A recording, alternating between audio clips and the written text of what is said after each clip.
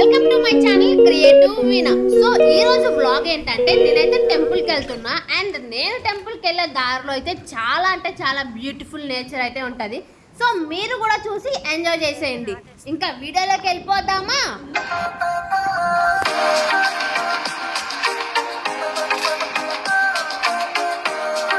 Guys చూసారు కదా మా ఊరు సీనరీ చాలా అంటే చాలా బాగుంది కదా.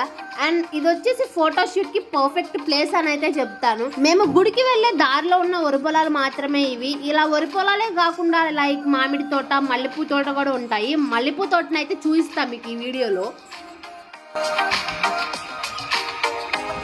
గైస్ ఎంతైనా కానీ పల్లెటూరులో ఉంటే వచ్చే సాటిస్ఫాక్షనే వేరు కదా. ఎందుకంటే పొద్దున్నే లేవగానే ఆ పక్షుల సౌండ్ అండ్ చుట్టూ గ్రీనరీ చూడడం వల్ల మైండ్ అంతా చాలా రిఫ్రెషింగ్ గా అనిపిస్తుంది. అసలు నేను మెయిన్ పార్ట్ చెప్పడమే మర్చిపోయా. ఇలా బురదలో నడిస్తే భలే సాటిస్ఫైయింగ్ గా అనిపిస్తుంది. కాకపోతే కింద పడితేనే దోలు తీరుతుంది. మనం కింద పడ్డామని బాధపడదు, ఎవరైనా చూసి నవ్వారేమో అని బాధపడతాం. ఇది కరెక్ట్ గా చెప్పావు. పల్లెటూరుకి మారుపేరే గ్రీనరీ. చూసారు కదా ఎంత గ్రీనరీగా ఉన్నాయో. ఇది వచ్చేసి మల్లెపూ తోటలు. ఇక్కడైతే మల్లెపూలు కోస్తున్నారు, మీరు వీడియోలో చూడొచ్చు.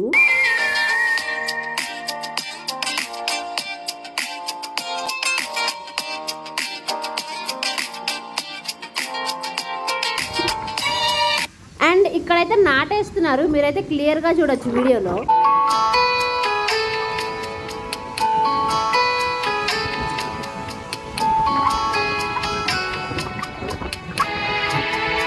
సో గైస్ ఫైనల్గా అయితే గ్రీనరీ ఎంజాయ్ చేస్తూ బురదలో జారుకుంటూ టెంపుల్ దగ్గరకు అయితే రీచ్ అయిపోయాం. అదిగోండి వీడియోలో చూసారా, అదే అన్నమాట టెంపుల్. వరి పొలాల మధ్యలో ఉంటది.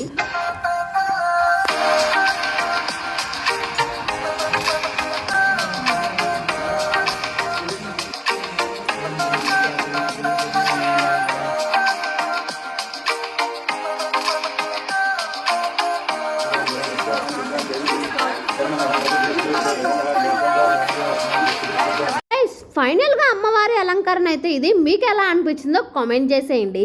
అండ్ పూజ కంప్లీట్ అయిపోయిన తర్వాత సీనరీ బాగుందని చెప్పేసి నేను మా ఫ్రెండ్ కొన్ని వీడియోస్ అండ్ ఫొటోస్ అయితే దిగాము.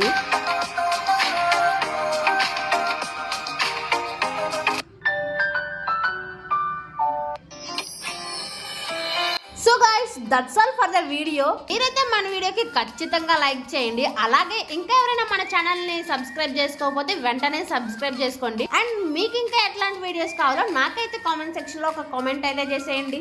Okay bye.